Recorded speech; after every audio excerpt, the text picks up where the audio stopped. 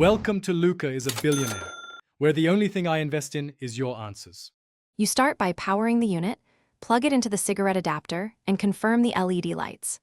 Once done, switch the car to accessory mode so the device receives steady power, and make sure you enable Bluetooth on your phone. Next, press and hold the pairing button until the light flashes. This signals pairing mode.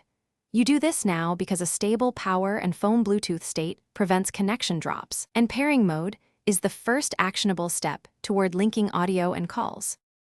You now pair the device from your phone. Open Bluetooth settings, find the device name that matches the label, and tap to connect. If a PIN prompts, try 0000 or 1234 and grant media and call permissions so audio routes correctly. Once paired, set the unit to auto-connect or trusted to avoid repeating steps later.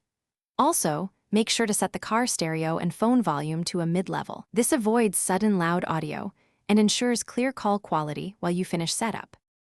You finish by testing. Place a brief call and play a song to verify mic pickup, call audio, and media playback. If audio goes through the phone speaker instead of the car, make sure the Bluetooth device is selected for both calls and media, then reconnect.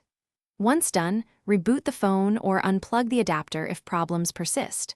As a final tip, if pairing repeatedly fails, reset the Bluetooth device to factory defaults and pair again.